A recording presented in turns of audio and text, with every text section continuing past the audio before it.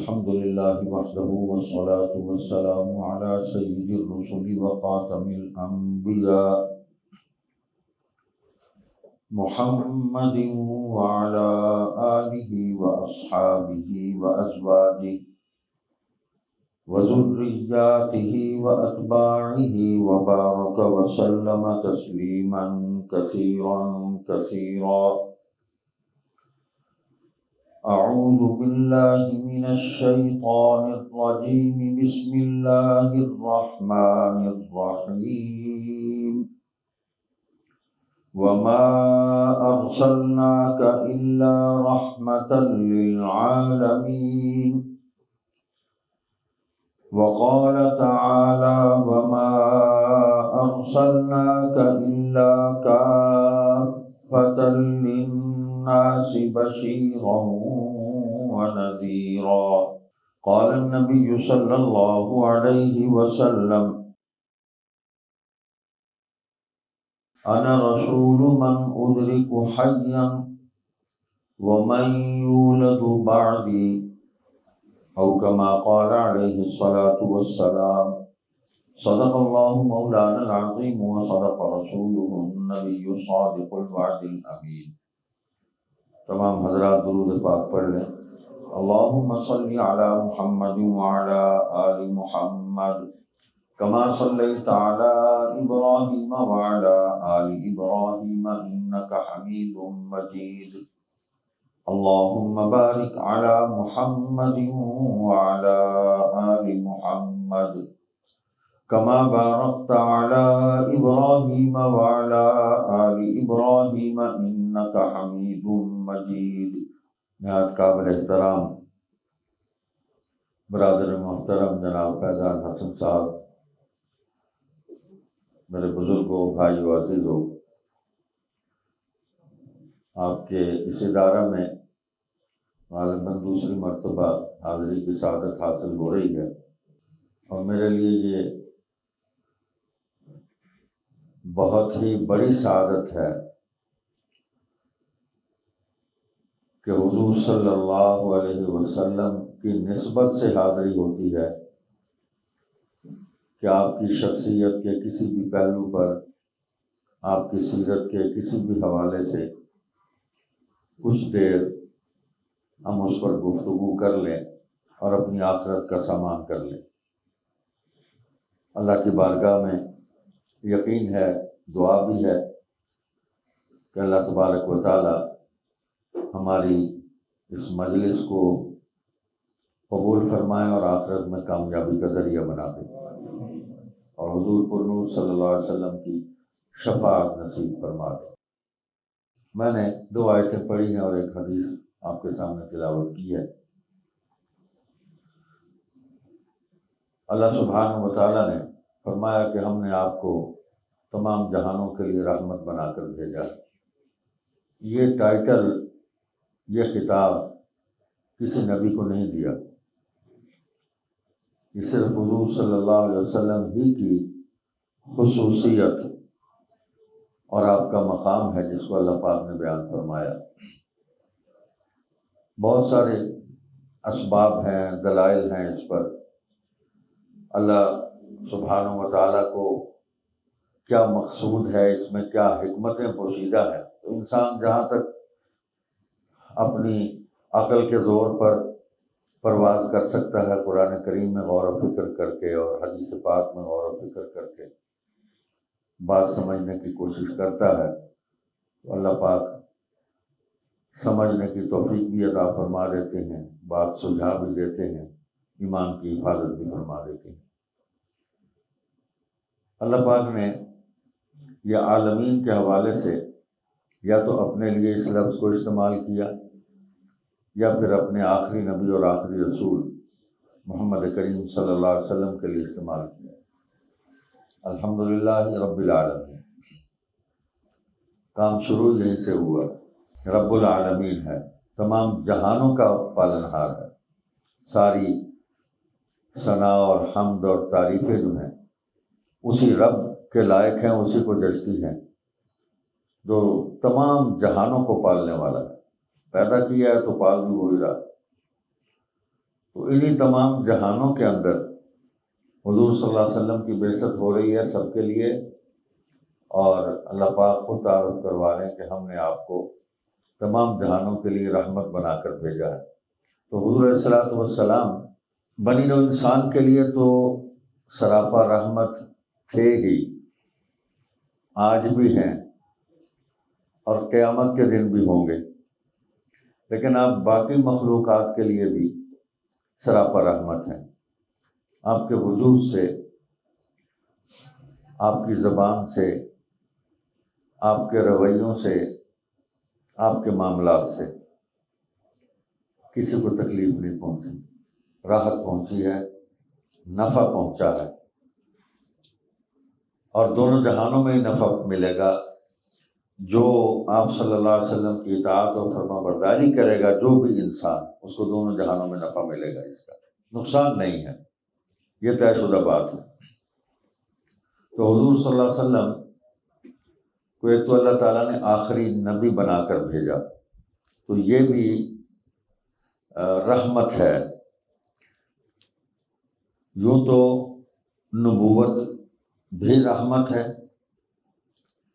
کہ اس کے ذریعے بنی نوع انسان کو ہدایت ملتی ہے، جینے کا سلیقہ ملتا ہے، قرینہ اس کو ملتا ہے، اس کو اخلاق ملتے ہیں، اس کو علم ملتا ہے، سراپا رحمت ہے۔ لیکن حضور صلی اللہ علیہ وسلم کی خصوصیت یہ ہے کہ آپ کو ایک تو خاتم النبیین بنایا، اور اس منصب ختم نبوت کا جو فیض ہے وہ قیامت تک ہے، تمام زمانوں کے لیے۔ یعنی یہ رحمت کسی ایک خاص زمانے تک محدود نہیں ہے، جس طرح سابقہ انبیاء علیہم الصلوات و تسلیمات، سیدنا آدم علیہ السلام سے لے کر سیدنا عیسیٰ علیہ السلام تک جتنے بھی تشریف لائے ہیں، سارے ہی سراپا رحمت تھے، اور ان کی نبوت اور رسالت اپنے اپنے زمانے کے لیے رحمت تھی۔ لیکن حضور صلی اللہ علیہ وسلم تشریف لائے تو اب تمام زمانوں کو محیط ہے آپ کی نبوت اور رسالت، اور آپ ہی کی نبوت اور رسالت پر ایمان اور آپ کی عطا کی ہوئی شریعت کے دائرے کے اندر رہتے ہوئے اپنی دنیا کی اس عارضی زندگی کو بسر کرنا، اسی کے ساتھ ہی ہماری آخرت کی کامیابی کو مشروط کر دیا گیا ہے، اور کوئی راستہ نہیں ہے۔ منبع و مرکز رشد و ہدایت حضور صلی اللہ علیہ وسلم کو بنایا گیا۔ جب اور نبی کوئی نہیں آنا تو بس اب حضور ہی کی اطاعت ہونی ہے۔ پھر حضور علیہ السلام جو کتاب لے کر آئے، اس کتاب کے متعلق بھی فرمایا وَرَحْمَةٌ لِّلْمُؤْمِنِينَ، 4 صفات بیان فرمائیں۔ یا ایھا الناس قد جاءتکم موعظۃ من ربکم وشفاء لما فی الصدور وہدی ورحمۃ للمؤمنین، تو وہاں بھی رحمت ہے، نصیحت ہے تو وہ بھی رحمت ہے، شفا ہے تو وہ بھی رحمت ہے، کہ ہماری اندر کی جتنی بیماریاں ہیں، عقیدہ خراب ہے تو اسی کتاب سے ٹھیک ہوگا، بغض ہے، حسد ہے، کینہ ہے، بدنیتی ہے، یہ جتنی بھی اندر کی بیماریاں ہیں ہماری، تو اسی کتاب رحمت سے ہی شفا ہوگی، یہ بیماری دور ہوگی۔ وشفاء لما فی الصدور وہدی، ہدایت بھی یہی کتاب ذریعہ بنے گی، اور کوئی کتاب نہیں ہے، آخری کتاب ہے، خاتم الکتب ہے۔ تو حضور صلی اللہ علیہ وسلم سراپا رحمت ہیں، اور جو کتاب لے کے آئے وہ بھی رحمت ہے، ہدایت بھی رحمت ہے، اور پھر آگے مطلقاً جب یہ 3 نعمتیں حاصل ہو گئیں، وَرَحْمَةٌ لِّلْمُؤْمِنِينَ، ایمان والوں کے لیے اب رحمت ہی رحمت ہے، وہ کامل طور پر اللہ کی رحمت کے مستحق بن گئے جب انہوں نے نصیحت حاصل کر لی، جب انہوں نے شفا حاصل کر لی، ان کے قلوب صاف ہو گئے، جب انہوں نے ہدایت قبول کر لی، تو اب اللہ تعالیٰ نے ان کے لیے رحمت کے دروازے ہمیشہ کے لیے کھول دیے۔ تو کتاب بھی کتاب رحمت ہے، اور یہ جو آیت تکمیل دین ہے، الیوم اکملت لکم دینکم واتممت علیکم نعمتی ورضیت لکم الاسلام دینا۔ آج کے دن ہم نے تمہارے لیے تمہارے دین کو مکمل کر دیا اور اسلام کو بطور دین تمہارے لیے پسند کیا۔ خالق نے مخلوق کے لیے جو ضابطہ تیار کیا، جو قانون تیار کیا، اس کو دین اسلام کے نام سے اس کو موسوم کیا اور اسی کو ہمارے لیے پسند کیا۔ اس کے علاوہ کوئی اور دین قبول نہیں کیا جائے گا۔ تو اس آیت کے حوالے سے علامہ ابن کثیر رحمہ اللہ نے لکھا ہے کہ جب آپ کو خاتم النبیین بنایا تو یہ بھی رحمت ہے، تو اس رحمت کا تقاضا تھا کہ دین بھی آپ پر مکمل کر دیا جائے۔ جب نبوت مکمل ہو گئی ہے تو دین بھی مکمل ہے، آگے کسی اور نے آنا نہیں ہے، نہ کتاب آنی ہے، نہ نبی اور رسول آنا ہے، نہ کوئی شریعت والا آنا ہے، نہ کوئی بغیر شریعت کے آنا ہے، نہ کوئی تشریح ہے، نہ کوئی غیر تشریح ہے، نہ کوئی ذلی ہے، نہ کوئی بروزی ہے۔ بس نبوت مکمل ہو گئی۔ ختم نبوت کا مطلب جو ہے وہ تکمیل نبوت ہے کہ مکمل ہو گئی ہے، اور یہ تکمیل جو ہے انقطاع اس کا تکمیل کی صورت میں ہوا۔ قد انقطعت الرسالۃ والنبوۃ لا نبی بعدی، کہ رسالت اور نبوت آگے چلنے سے منقطع ہو گئی، یعنی کسی اور کو نہیں ملے گی۔ یہ رحمت اب ہمیشہ کے لیے ہے، تمام زمانوں کے لیے ہے، کسی ایک زمانے میں اب یہ محصور اور محدود نہیں ہے، ہمیشہ کے لیے ہے یہ رحمت۔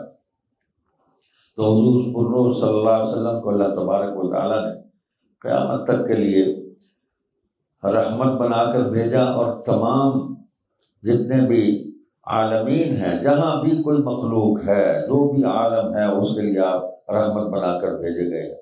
سیرت طیبہ میں واقعات ملتے ہیں، تفصیل میں جانا بہت پھر اس میں وقت صرف ہوتا ہے۔ یعنی آپ کی بارگاہ میں اونٹ بھی آیا تو اس نے اپنی شکایت جو ہے وہ عرض کی آپ کے ساتھ، اور آپ نے اس کی زبان کو سمجھ لیا، اس کی شکایت کو سمجھ لیا، اور جس صحابی سے اسے شکایت تھی اسے بلا کے مطلع بھی فرما دیا کہ تمہاری شکایت لے کر آیا تھا کہ مجھ سے مشقت زیادہ لیتا ہے اور مجھے چارہ تھوڑا کھلاتا ہے، ظلم کرتا ہے مجھ پر، میں اس کی روزی کا ذریعہ بنا ہوں، اللہ نے مجھے ذریعہ بنایا، میرے حقوق کا خیال کرے۔ تو حضور علیہ الصلوۃ والسلام دیگر مخلوقات کے حقوق کے بھی محافظ بن کر اس دنیا کے اندر تشریف لائے۔ یہ رحمت ہے، ورنہ ہم دیکھتے ہیں ہمارے رویے جانوروں کے ساتھ کتنے خوفناک ہیں، کتنے ظالمانہ ہیں۔ وہ ہماری روزی حاصل کرنے کا ذریعہ اللہ نے ان کو بنایا۔ جانور تو جانور ہیں، انسانوں کے رویے انسانوں کے ساتھ ٹھیک نہیں ہیں، ظالمانہ رویے ہیں ہمارے اولاد کے ساتھ، بیوی کے ساتھ، بہن بھائیوں کے ساتھ، والدین کے ساتھ، الا ما رحم اللہ۔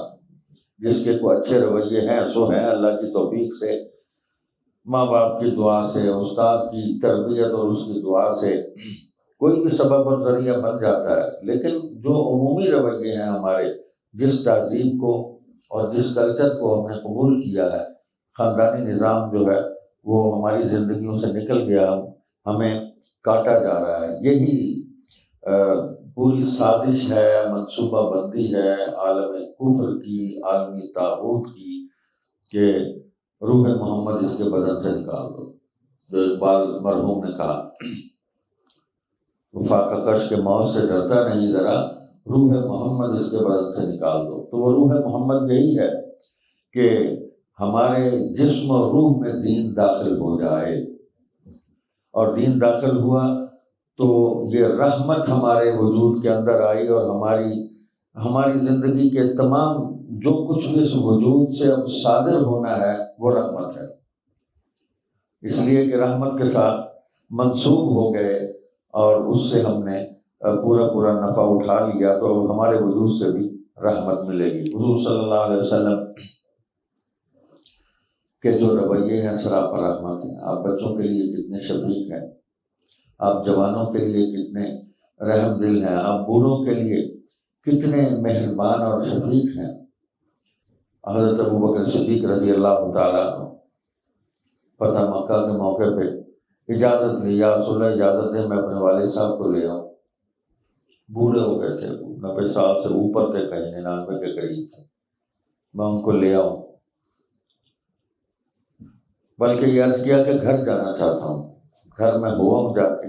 کہ وہ ہجرت کر کے گئے تھے تو حضور کو چھوڑا ہی نہیں، پھر بس ساتھ ہی رہے۔ نبی اور صدیق یہ متصل ہیں۔ تو واپس جب آئے ہیں، مکہ فتح ہوا تو اجازت دی کہ گھر چلا جاؤں۔ اجازت ملی تو گھر جا کے والد صاحب سے یہ فرمایا کہ ابا جی اٹھیں، بہت تھوڑا وقت رہ گیا ہے، بس اٹھیں، زندگی کا کچھ پتہ نہیں، جلدی کریں۔ اور حضور کی بارگاہ میں لے آئے ان کو، کلمہ پڑھے، وقت نہیں ہے اب۔ تو انہوں نے پوچھا کہ کیا ہوا؟ انہوں نے کہا جی وہ آ گئے جن کو نکالا تھا آپ نے، یعنی قوم نے نکالا تھا۔ تو فرمانے لگے اچھا وہ آ گئے، مجھے بھی یقین تھا کہ وہ آ جائیں گے۔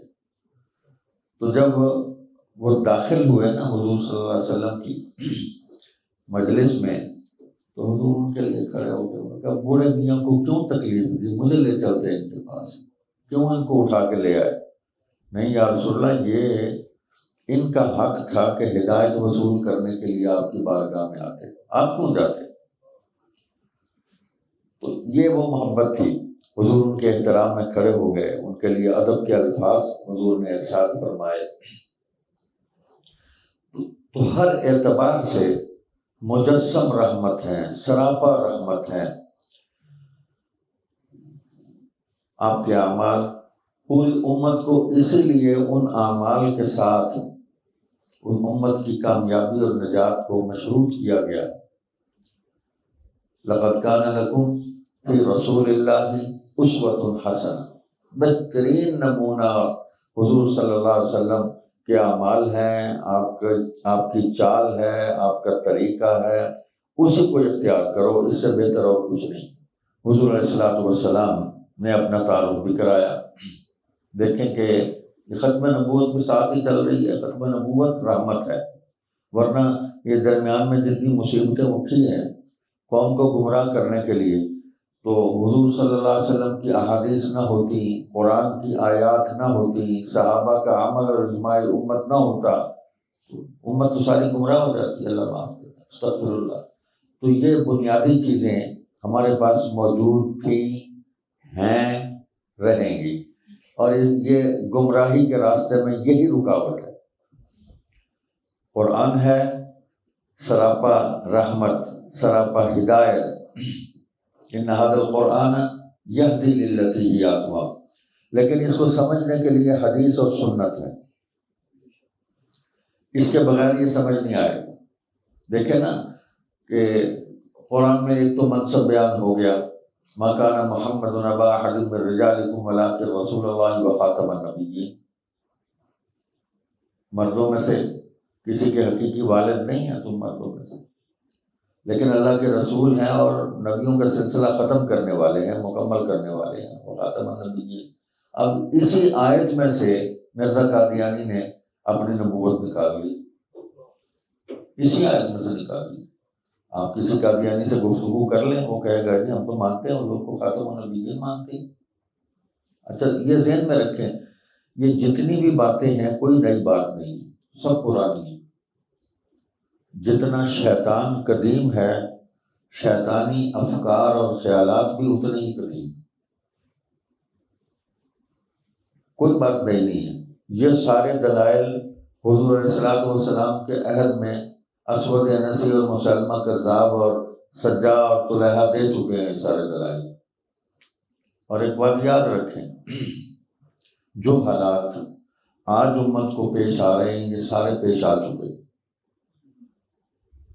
جو سوالات آج امت کے سامنے کیے جا رہے ہیں یہ سارے ہو چکے، سوالات کے جواب دیے جا چکے، حالات کا حل پیش کیا جا چکا، تو پیچھے ہی لوٹیں گے۔ فردوہ الی اللہ والرسول ان کنتم تؤمنون باللہ، تو پھر تو بچ جائیں گے۔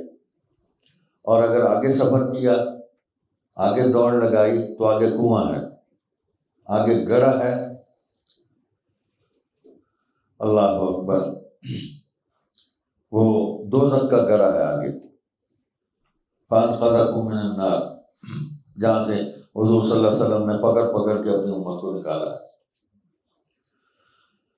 تو آ جائیں اس میں، اب اسی آیت کو جب ہم نے سمجھنا ہے تو اپنی عقل کے زور پر نہیں سمجھنا، حضور صلی اللہ علیہ وسلم کی حدیث کی روشنی میں اس کو سمجھنا۔ حضور نے کیسے اس کو سمجھایا؟ حضور صرف تلاوت کرنے کے لیے آئے تھے؟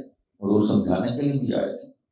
آپ معلم بھی ہیں، انما بعثت معلما بعثت لاتمم مکارم الاخلاق، میں استاد بھی بنا کر بھیجا ہوں، تمہارے اخلاق بھی مکمل کرنے کے لیے بھیجا گیا۔ علم اور اخلاق ان دونوں کا بہت گہرا ربط اور تعلق ہے۔ علم ہے، اخلاق نہیں ہے، آپ ناکام ہیں۔ آپ کا علم کسی کے کام نہیں آئے گا، نہ اپنے نہ کسی اور کے۔ علم نافع نہیں ہے، اسی لیے دعا مانگے، اللہم انی اسألک علما نافعا، اللہم انی اعوذ بک من علم لا ینفع، پناہ مانگتا ہوں اس علم سے جو نفع نہیں دیتا۔ تو اپنی عقل کے زور پر قرآن کو سمجھنے کا جو نظریہ ہے نا، یہ گمراہی کا سب سے پہلا زینہ یہی ہے۔ قرآن کو حضور سے سمجھیں، صحابہ سے سمجھیں، بالکل لائن سیدھی رہے گی، آپ کی ہر بات سمجھ آ جائے گی۔ صحابہ ہی تو قرآن کے وحی کے گواہ ہیں، صحابہ ہی نبوت کے گواہ ہیں، اور تو گواہ کوئی نہیں۔ تو ان کی عدالت پر اعتماد کر کے ہم آگے چلیں گے تو یہ دین ہمارے لیے رحمت بنے گا، یہ نبوت اور رسالت بھی ہمارے لیے رحمت ہی رحمت رہے گی۔ اور اگر ان کا راستہ چھوڑ دیا تو پھر تباہی بربادی ہے۔ کہ حضور صلی اللہ علیہ وسلم نے فرمایا، انا آخر الانبیاء وانتم آخر الامم، میں نبیوں میں آخری نبی، تم امتوں میں آخری امت۔ تو جب اور نبی کوئی نہیں تو امت بھی اور کوئی نہیں، لا نبی بعدی ولا رسول بعدی ولا امت بعد امت، نہ میرے بعد نبی کوئی، نہ میرے بعد رسول کوئی، نہ میرے بعد امت کوئی، کچھ بھی نہیں۔ تو میں ہی چلوں گا قیامت تک، اور قیامت کے دن بھی حضور صلی اللہ علیہ وسلم ہی بنی نوع انسان کی نجات کے لیے آپ ہی اس دن کام آئیں گے۔ مجھے اللہ فرمائیں گے کہ سجدے سے سر اٹھاؤ اور مانگو کیا مانگتے ہو، تو پھر میں شفاعت کروں گا، طویل سجدہ ہوگا۔ تو اس دن بھی لواء الحمد، آپ ہی کا پرچم اس دن لہرایا جائے گا۔ تو میں آخری نبی ہوں، نبیوں میں آخری ہوں، تم امتوں میں آخری ہو۔ حضور خاتم الانبیاء، یہ امت خاتم الامم، قرآن خاتم الکتب۔ اچھا، اسی پر نہیں، ایک حدیث میں فرمایا، انا خاتم الانبیاء و مسجدی خاتم مساجد الانبیاء، میں نبیوں کا سلسلہ ختم کرنے والا ہوں، خاتم الانبیاء ہوں، اور جو میری مسجد ہے یہ انبیاء کی مساجد میں آخری مسجد ہے۔ اس کے بعد کوئی مسجد نہیں جس کو آپ مسجد نبی کہہ سکیں۔ خاتم مساجد الانبیاء، انبیاء کی مساجد میں آخری مسجد ہے، خاتم المساجد ہے میری مسجد۔ جو کوئی بات چھوڑی نہیں ہے حضور صلی اللہ علیہ وسلم نے، ہر طرف امت کی ہدایت کے لیے آپ نے رحمت کے دروازے کھولتے چلے گئے۔ یہاں سے بچ جائیں، یہاں حملہ ہوگا، یہاں سے بچ جائیں، یہاں حملہ ہونا ہے، یہاں سے بچ جائیں۔ اور یہ سارے تکوینی امور ہیں، اللہ تعالیٰ کی طرف سے طے شدہ ہے کہ مخلوق کو آپ نے ایسے بچانا ہے۔ یہ طریقے بھی اللہ تعالیٰ نے حضور صلی اللہ علیہ وسلم کے ذریعے سارے امت کو سکھا دیے۔ اچھا، پھر اسی پر بس نہیں ہے، سیدنا علی رضی اللہ تعالیٰ عنہ عالم غزوہ تبوک میں ان کو مدینہ طیبہ میں چھوڑ دیا۔ مثالیں ساتھ ساتھ مل رہی کہ آپ عورتوں اور بچوں کی نگرانی اور نگہداشت کریں۔ حضرت کہ یا رسول اللہ، مجھے آپ یہ عورتوں اور بچوں پر نگران بنا کے چھوڑ کے جا رہے ہیں، تو تھوڑا سا طبیعت پر اثر ہوا۔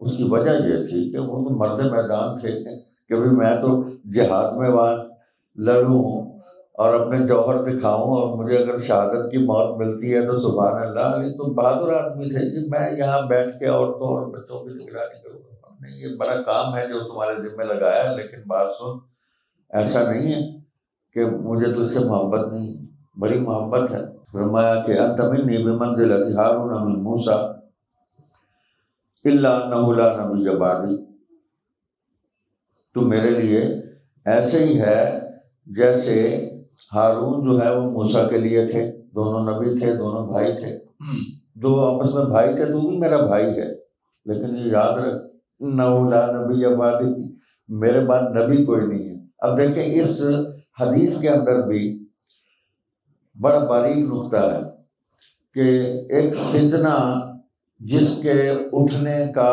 احتمال موجود ہے اور حضور صلی اللہ علیہ وسلم کی زبان مبارک سے نکلے ہوئے الفاظ میں سے ہی کوئی فتنہ کھڑا کر دے، جیسے قرآن کی آیت سے فتنہ کھڑا کر دیا کہ نبوت رحمت ہے، جی آپ رحمت کو روکنا چاہتے ہیں، خاتم النبیین ہے، اس کا مطلب مہر ہے، مہر لگ گئی وہ آگے چلے گی، نبوت تو چلے گی اور بھی لوگوں کو ملے گی، تو نکال لیا نا راستہ اپنا۔ اس میں سے بھی نکلتا تھا۔ فرمایا کہ علی تو میرا بھائی ہے، ایسے جیسے ہارون موسیٰ کے لیے اس کے بھائی تھے، تو دونوں نبی تھے۔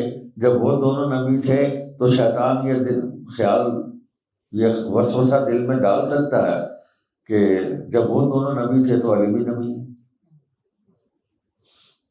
بھائی ہیں، وہ بھی بھائی تھے، تو میرے لیے ایسے ہی ہے جیسے موسیٰ کے لیے ہارون تھے، مانگ کے لیے اللہ تعالیٰ سے۔ تو ساتھ ہی اگلا جملہ ہے انہ لا نبی بعدی، یاد رکھ میرے بعد نبی کوئی نہیں ہے، بھائی ہے تو میرا۔ ساتھ ساتھ یہ حجت پوری ہوتی چلی جا رہی ہے۔ اللہ اکبر۔ پھر یہ ہے کہ فتنہ اب کھڑا ہو، انہ سیکون فی امتی کذابون ثلاثون کلہم یزعم انہ نبی وانا خاتم النبیین لا نبی بعدی۔ مسلم شریف کی یہ حدیث ہے، حضرت ثوبان رضی اللہ تعالیٰ عنہ سے روایت ہے کہ امت کے اندر 30 کذاب جو ہیں جھوٹے وہ پیدا ہوں گے، اور ان میں سے ہر ایک یہ دعویٰ کرے گا کہ میں اللہ کا نبی ہوں، لیکن وانا خاتم النبیین لا نبی بعدی۔ قرآن میں ہے ولیکن رسول اللہ و خاتم النبیین، لیکن وہ اللہ کے رسول ہیں، بات تو مکمل ہے، لیکن پھر تاکید آئی ہے وہ خاتم النبیین۔ حضور صلی اللہ علیہ وسلم بھی ساتھ ساتھ تاکید کر رہے ہیں، قرآن تب سمجھ میں آئے گا جب حدیث کو بھی ساتھ لے کے چلے، ساتھ ساتھ تاکید ہی جملہ آ رہا ہے، نہیں ہے کوئی نبی میرے بعد، نہیں ہے کوئی امت تمہارے بعد، نہیں ہے کوئی کتاب قرآن کے بعد، ساتھ ساتھ وضاحت ہوتی چلی جا رہی ہے۔ اللہ اکبر۔ اور ایک بات جو زبردست فرمائی، یہ حضرت حسن رضی اللہ تعالیٰ سے مرفوعاً روایت ہے، طبقات ابن سعد میں نقل ہوئی ہے، آپ صلی اللہ علیہ وسلم نے فرمایا انا رسول من ادرک حیا ومن یولد بعدی، میں ان لوگوں کے لیے بھی رسول ہوں جن کو اپنی زندگی میں پاؤں۔ موجود ہے، صحابہ موجود تھے، حضور کی زندگی میں تھے، اور فرمایا کہ ان کے لیے بھی میں رسول ہوں جو میرے بعد پیدا ہوں گے، ابھی پیدا نہیں ہوئے، اور قیامت تک کوئی زمانے کی تعیین اور قید نہیں ہے، اس میں کوئی قید نہیں، جو میرے بعد پیدا ہوں گے، جب تک یہ کائنات ہے جو بھی پیدا ہوتا رہے گا میں اس کا بھی رسول ہوں۔ وہ مانے نہ مانے، ایک تو امت مسلمہ ہے نا، ایک امت کافرہ ہے، تو حضور کافروں کو بھی رسول ہیں، کافروں کو بھی ہدایت کا پیغام پہنچانے کے لیے تشریف لائے، اور وہ فریضہ اپنی امت کو اب عطا فرما کے گئے کہ میرا پیغام، میری دعوت اب لے کر تم نے چلنا ہے، اور دین کی دعوت بھی ختم نبوت کی دلیل ہے، اور یہ بھی رحمت ہے۔ حضور صلی اللہ علیہ وسلم اتنے رحیم اور کریم تھے کہ یہ فریضہ اپنی امت کو عطا فرما کے گئے، اور کوئی دین ہوتا تو اس کی دعوت کا فرماتے، اور کسی نبی نے آنا ہوتا تو اس کا فرما کے جاتے۔ جس نے آنا ہے وہ بحیثیت نبی آ کے گئے، وہ آ چکے، وہ پیدا ہوئے، اب پیدا نہیں ہوں گے، اب نازل ہوں گے، اور نازل بھی ہوں گے عیسیٰ علیہ السلام، تو حضور صلی اللہ علیہ وسلم ہی کی نبوت اور رسالت کو لے کر چلیں گے۔ تو اب قیامت تک جتنے بھی زمانے ہیں، سارے زمانے اللہ تعالیٰ نے حضور صلی اللہ علیہ وسلم کے زمانے بنا دیے۔ ہر زمانے کے لوگ جو ہیں وہ اگر عالمین کا نفع اٹھانا چاہتے ہیں دنیا اور آخرت کا، تو حضور کی اتباع اور فرما برداری کے بغیر کوئی راستہ نہیں۔ حضور سراپا رحمت ہے۔ حضور تو بچوں کو اٹھا لیتے تھے اسی طرح جیسے حسنین کریمین کو اپنے کندھوں پہ اٹھا لیتے تھے، ایسے ہی دوسرے بچوں کو بھی اٹھا لیتے تھے۔ حضور ان کے ساتھ ویسے ہی شفقت کا معاملہ فرماتے تھے جیسے اپنے نوازوں کے ساتھ کرتے تھے۔ تو سب کے ساتھ شفقت اور رحمت کا معاملہ تھا، اور یہ دین رحمت حضور علیہ السلام ہمیں عطا فرما کے گیا۔ تو یہ جو فرمایا، ایک دن صحابہ سے فرمایا کہ میں اپنے دوستوں سے میں ملنا چاہتا ہوں، میری تمنا ہے۔ یا رسول اللہ، ہم آپ کے دوست نہیں ہیں۔ فرمایا نہیں، تم میرے ساتھی ہو، دوست نہیں ہو۔ دوست وہ ہے جو میرے بعد آئیں گے، مجھے دیکھا بھی نہیں ہوگا لیکن مجھ پر ایمان لائیں گے۔ اب دیکھیں یہ کتنی رحمت بھری بات ہے کہ حضور علیہ السلام نے ساری امت کو اپنا بھائی قرار دیا۔ میرے بھائی ہوں جنہوں نے مجھے دیکھا بھی نہیں ہوگا لیکن مجھ پر ایمان لائیں گے۔ تو حضور کے رویے، حضور کے معاملات، یہ سارے محبتیں ہی محبتیں ہیں۔ اب دیکھیں صحابہ کے ساتھ بھی کہیں نہ کہیں کو معاملہ ہو جاتا تھا، ان کی اصلاح کی کیفیت میں ان سے غلطیاں بھی ہوتی تھیں، اور صحابہ پیدا ہی اس لیے اللہ نے کیے تھے کہ وہ تکمیل دین کا ذریعہ بنے۔ غلطیاں ہوں، اس پر سرزنش ہو، ٹوکا جائے، سزا ہو یا معاف کر دیا جائے، تاکہ قانون شریعت جو ہے وہ مکمل ہو، اس کی امپلیمنٹیشن ہو، نافذ ہو۔ تو صحابہ کا وجود جو ہے وہ دین کے قوانین کی تنفیذ کا ذریعہ بنے۔ چھوٹی چھوٹی باتوں میں ان کی پکڑ ہوئی ہے، اور نگران تھے حضور علیہ السلام، اور صحابہ کو یقین تھا کہ ہماری کوئی بات حضور سے پوشیدہ نہیں رہ سکتی، اس لیے کہ وہی آ جاتی ہے، اللہ بتلا دیتے ہیں۔ وہ پیچھے نماز پڑھ رہا ہے، ربنا ولک الحمد کہا اس نے، اور دو جملے آگے اس نے ساتھ پڑھ لیے، حمدن کثیرا طیبا مبارکا۔ تو ادھر سے وہی آ گئی، تو پیچھے اس سے پوچھو، اس نے بڑے اچھے جملے کہے، مجھے بڑے پسند آئے۔ تو اللہ تعالیٰ نے پسندیدگی کا اظہار فرمایا، حضور نے بلا کے پوچھا کیا پڑھا تو نے؟ کہ یہ پڑھا۔ تو صحابہ نے کبھی حضور کے سامنے جھوٹ نہیں بولا، یہ ہے جو عام بات ہے، کبھی جھوٹ نہیں بولا، جو ہے نا اپنا حال کھول کے رکھ دیا۔ اور رحمت اللہ عالمین صلی اللہ علیہ وسلم نے اس حال کو دیکھ کر ان کے لیے علاج تجویز کیا، اور ان کو شفا ہو گئی، کبھی جھوٹ نہیں بولا۔ حضرت مائز آ گئے، میں ہلاک ہو گیا، برباد ہو گیا، زنا ہو گیا، مجھ پر حد جاری کریں، میں دنیا کی سزا برداشت کر سکتا ہوں، آخرت کی میں نہیں برداشت کر سکتا، وہ یہی بات کریں گے۔ تو تنفیذ دین کا ذریعہ بنے، ہاتھ کاٹے گئے، شرابی کو درے لگائے گئے، زانی کو سنسار کیا گیا۔ تو یہ ضروری ہے۔ آج انسان اس سے ہٹ کر جو سزائیں دے رہا ہے، اس سے زیادہ خوفناک ہے، اس سے زیادہ خوفناک ہے۔ لیکن ہم نے، کیونکہ ہماری سوسائٹی میں ایسے لوگوں کو طاقت اور قوت حاصل ہے جو دین کو اقتدار میں نہیں دیکھ سکتے، دین کو اقتدار میں نہیں دیکھ سکتے، اس لیے وہ دین کے حکموں کو اس پر تنقید کرتے ہیں، اور اس کو غلط کہتے ہیں، اور اس کو ظالمانہ کہتے ہیں، خود جو مرضی کر لیں، ٹکڑے ٹکڑے کر دیتے ہیں، لوگوں کو اڑا دیتے ہیں، مار دیتے ہیں، ناجائز مار دیتے ہیں۔ تو خیر واپس آ جائیں۔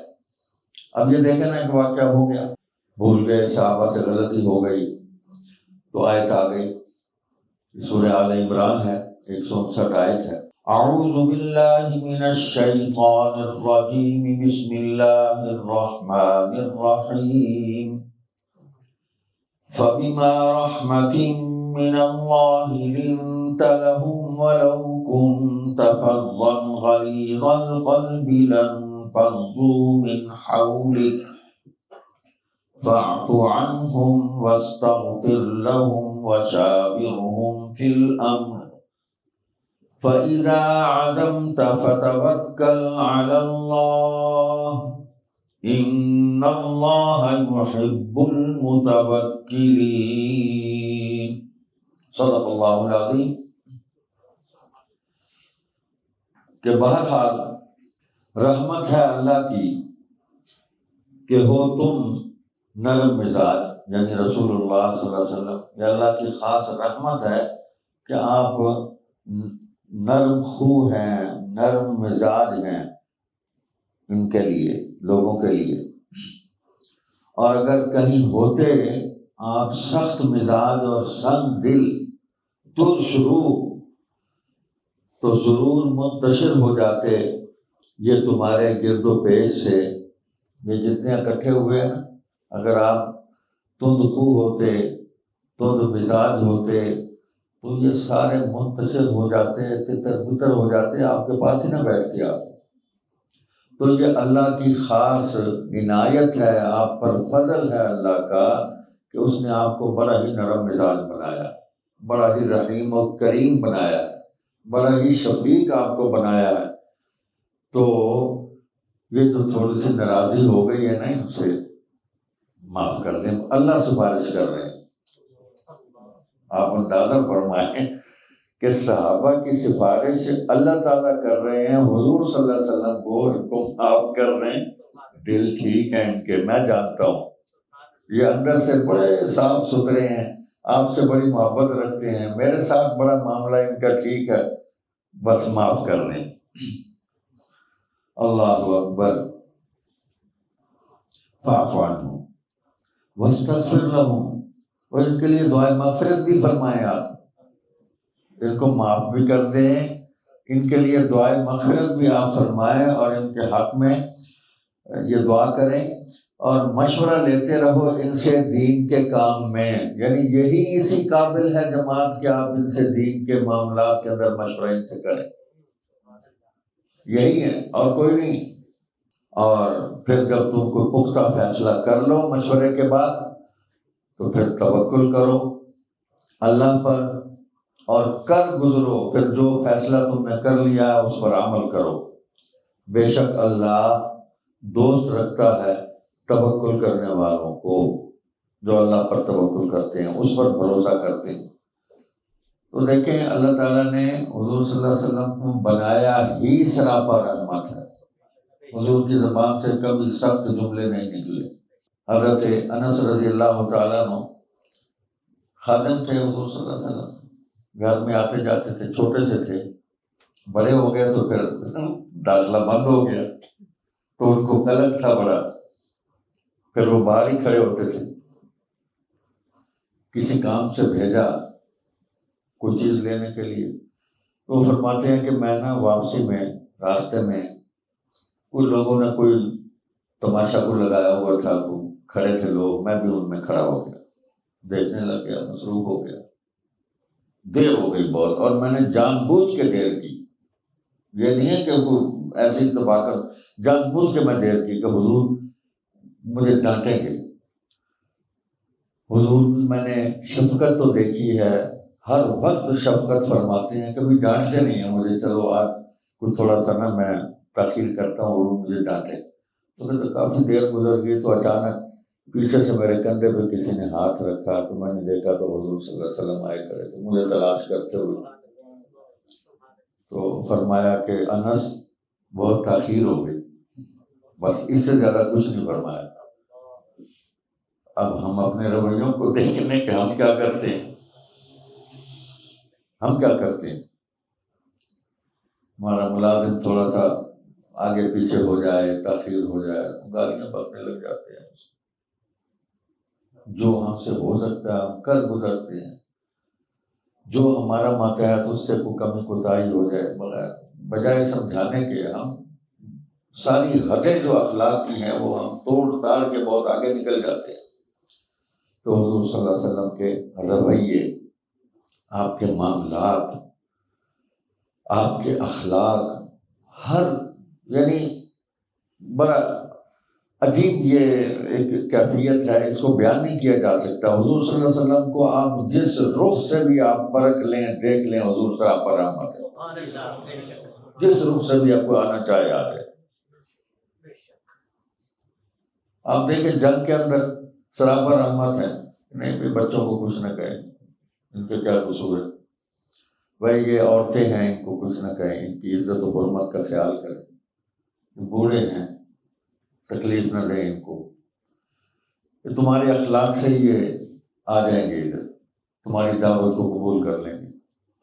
یہ جو چیزیں ہیں یہ دنیا میں کسی نظام کے اندر نہیں ہے۔ شفاق، انتہائی شفاق، دنیا کے سارے نظام، دنیا کے سارے یہ جتنے ریفارمرز آئے ہیں، جتنے تھنکرز آئے ہیں، جتنے یہ بڑے بڑے فلاسفرز آئے ہیں، پوری انسانیت کو بیوقوف بنایا انہوں نے، امن کے نام پہ انہوں نے ظلم کیے ہیں دنیا پر، کروڑوں انسانوں کو ہلاک اور ان کو برباد کیا، ان کو قتل کیا انہوں نے، اور پیغام انسانیت کا دے رہے ہیں۔ حضور صلی اللہ علیہ وسلم نے انسانیت کا پیغام دیا ہے تو انسانیت کے لیے رحمت بن گیا ہے۔ رحمت ہی رحمت ہے، رحمت ہی رحمت ہے، آپ کے کلام میں، آپ کی گفتگو، اعمال میں، آپ کے معاملات میں، آپ کے رویوں میں۔ مکہ فتح ہو گیا، کیا کیا آپ نے؟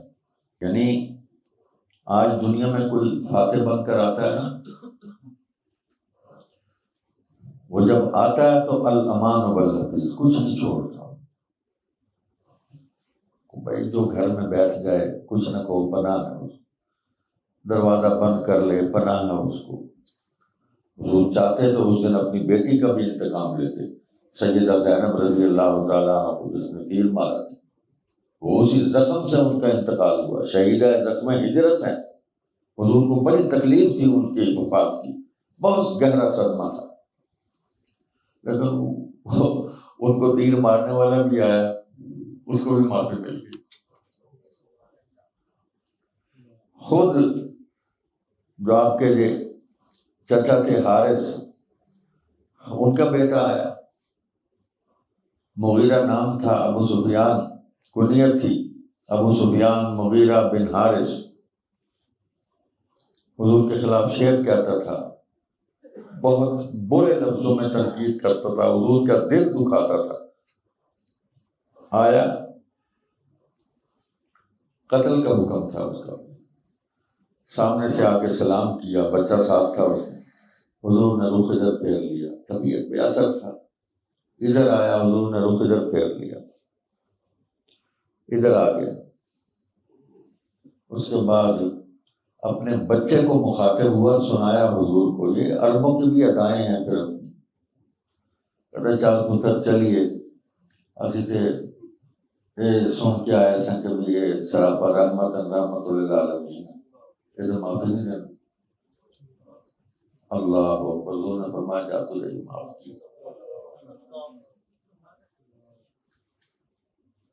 وہ جو تیر مارنے والا تھا وہ بھی اس انتظار میں تھا کہ حضور کو تنہائی ملے کہیں تو میں پہنچوں، وہ حالات پوچھتا رہتا تھا۔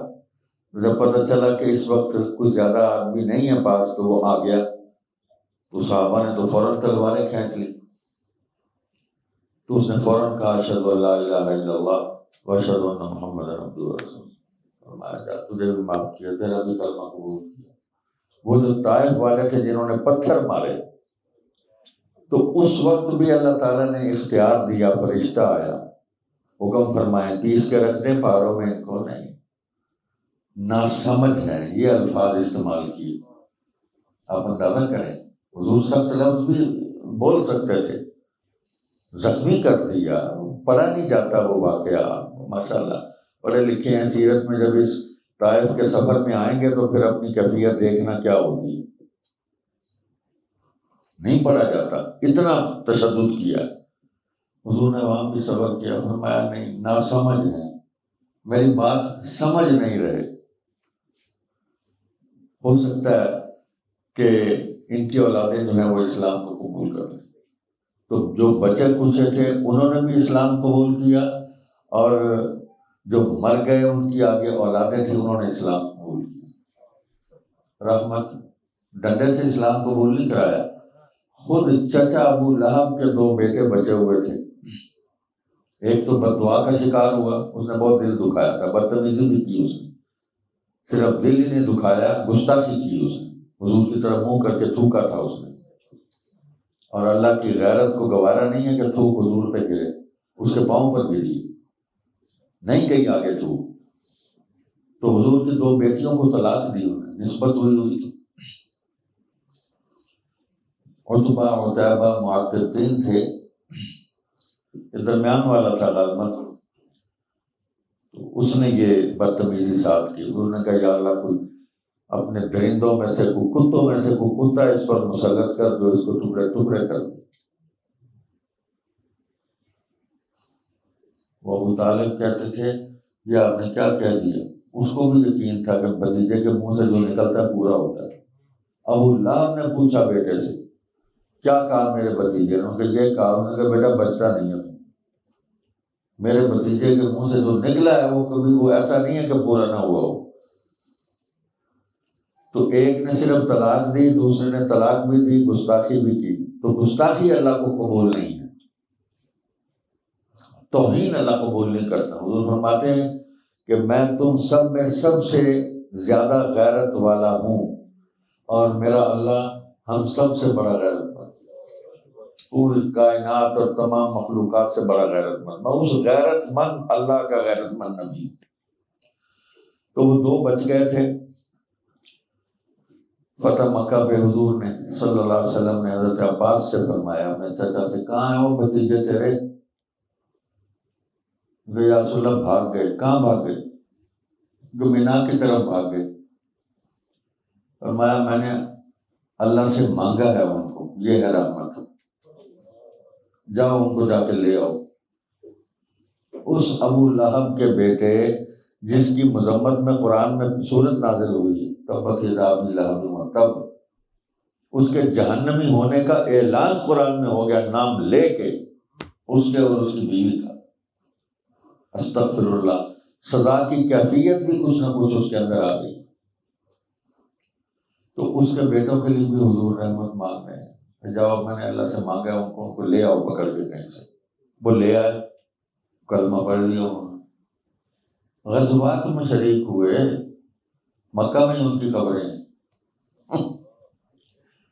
تو وہ حضور کی رحمت کا جو ان پر یعنی نور پڑا ہے، جو چمک پڑی ہے، اللہ اکبر، ان کے دل روشن ہو گئے، دماغ روشن ہو گئے، باپ بھول گیا ان کو۔ پھر ان کو آخرت کی فکر تھی کہ ہم وہاں کامیاب ہو جائیں۔ ابو جہل کا بیٹا حضرت اکرمہ اسلام قبول کر لیا، بیوی ذریعہ بنی، وعدہ لے کے گئی اور پھر لے آئی۔ جنگ یمامہ میں وہ شہید ہوئے اور اس میں وہ حضور کی ختم نبوت کے لیے جہاد کر۔ تو یہ سارے رحمت ہی کے مظاہر ہیں جو حضور صلی اللہ علیہ وسلم کی پوری حیات طیبہ میں ہمیں نظر آتے ہیں۔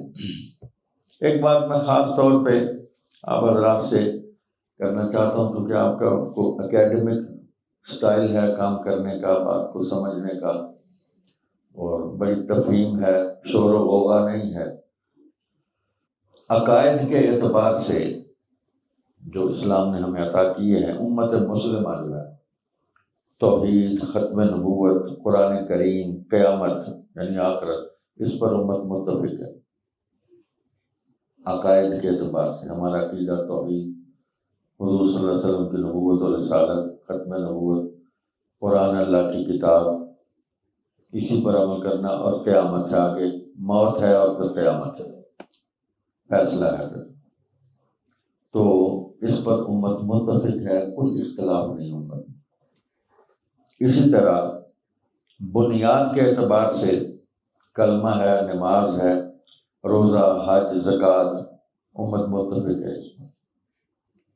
یہ ہماری بنیادیں ہیں، بنیاد اسلام خمس۔ اب تیسری چیز ہے اعمال۔ اعمال کے اعتبار سے بھی اسوہ حسنہ یعنی حضور صلی اللہ علیہ وسلم کی سنت مطہرہ۔ دوسری بنیاد جو اعمال کی ہے، سنت خلفائے راشدین، اسوہ صحابہ اور صحابیات۔ علیکم بسنتی و سنت الخلفاء الراشدین المہدیین، اور ما انا علیہ و اصحابی، خلفاء بھی آ گئے، تمام صحابہ بھی آ گئے۔ اعمال کے اعتبار سے یہ امت ان عنوانات پر، ان بنیادوں پر متفق ہے۔ بس یہی دین اسلام ہے، بڑا سادہ سادہ کام ہے، یہی دین اسلام ہے۔ اس کے سوا جو کچھ ہے وہ دین اسلام نہیں ہے۔ پھر ہمارے معاشرے میں یہ جو مسلک کے نام پہ، مشرب کے نام پہ یہ جو گروہی ہمارے تصادم ہیں، ہماری مناقشات ہیں، ہمارے جھگڑے ہیں، ہماری لڑائیاں ہیں، یہ کس اعتبار سے ہے؟ عقیدہ ایک ہے، بنیاد ایک ہے، اعمال کی بنیاد، اعمال جو ہیں وہ ایک ہے، امت متفق ہے، تو پھر یہ لڑائی کیا ہے؟ تو یہ جو جنگیں ہو رہی ہیں نا ہماری مذہبی ماحول کے اندر، یہ نہ مذہبی جنگیں ہیں نہ سیاسی جنگیں ہیں۔ یہ تصادم نہ مذہبی ہے نہ سیاسی ہے، یہ جتھہ بندی ہے، مفادات کی جنگ ہے، گروہی تسلط اور غلبہ جو ہے اور شخصی تفوق، یہ اس کی جنگ ہے، اور معاشی مسئلہ کی جنگ، اور کوئی دین نہیں ہے۔ یہ دین وہی ہے جو بنیادیں تین ہیں۔ دشمن بھی تین ہیں ہمارے، دشمن خدا، دشمن رسول، دشمن ازواج و اصحاب رسول، اس کے علاوہ ہمارا کوئی دشمن نہیں۔ تمام دشمن اس کے اندر آ جاتے ہیں۔ تو حضور صلی اللہ علیہ وسلم کی سراپا رحمت، ختم نبوت، اس کے زیر سایہ ہم آ جائیں اور اسی میں اپنے لیے فلاح کی راہیں جو ہیں وہ ڈھونڈنے لگ جائیں اور اسی میں اپنی زندگی کو تمام کر دیں، تو انشاءاللہ اس دنیا کے اندر بھی نفع ہے، آخرت کے اندر بھی نفع ہے، نقصان کہیں نہیں ہے۔ حضور علیہ السلام سے وابستگی میں کسی انسان کو کبھی کوئی نقصان ہو ہی نہیں سکتا، نہ اس زمانے میں، اس دنیا میں، نہ آخرت کے زمانے اور آخرت کے دنیا، نفع ہی ہوگا۔ حضور سے اپنے آپ کو منسوب کر لیں۔ بس یہ چند ٹوٹی پوٹی گزارشات تھیں، اور سبحانک اللہم و بحمدک نشہد ان لا الہ الا انت نستغفرک و نتوب الیک۔ انشاءاللہ آئندہ 2-3 روز میں 11-12 ربیع الاول کو جناب نگر میں ہمارا بھی تھوڑا سا ایک محنت کا سلسلہ ہوتا ہے ختم نبوت کے حوالے سے اور دین کی دعوت کے حوالے سے۔ جلوس بھی ہم دعوت کا نکالتے ہیں، تو اس کا ہمیں بہت ہی اللہ پاک نفع عطا فرماتے ہیں۔ انسانیت کی سب سے بڑی خدمت دین کی دعوت ہے، اور ہمیں اس خدمت میں اللہ تعالیٰ نے بہت کامیابی عطا فرمائی ہے اور مسلسل عطا فرما رہے ہیں۔ اور یہ حضور صلی اللہ علیہ وسلم کی جو ختم نبوت، جو سراپا سراسر رحمت ہے، یہ اس کا فیض ہے کہ لوگ دین قبول کر رہے ہیں۔ پیدائشی کافر، پیدائشی قادیانی دین قبول کر رہے ہیں اور وہ اللہ کے راستے پر آ رہے ہیں۔ اس کے لیے آپ دعا بھی کر دیں گے۔ نوجوان آنا چاہیں تو تشریف بھی ضرور لے آئیں۔ السلام علیکم ورحمۃ اللہ وبرکاتہ۔